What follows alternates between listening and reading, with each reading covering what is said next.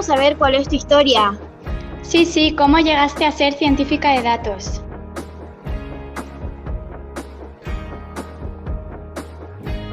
Nací el 27 de julio de 1980, en Valencia.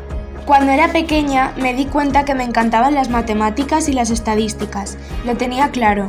Me encantaban las ecuaciones, el álgebra, la geometría y resolver problemas.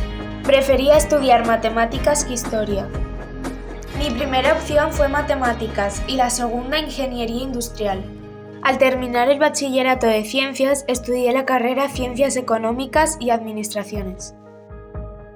Estudiar matemáticas me hizo tener pensamientos críticos, ver un problema por todos sus ángulos y nunca perder la curiosidad ni el deseo de resolver los problemas. Mi logro más importante es ser feliz con mi trabajo en Cajamar y seguir formándome para ser mejor cada día. Soy fallera, me encantan las fallas. Tengo una hija pequeña y nos encanta ver Mafalda.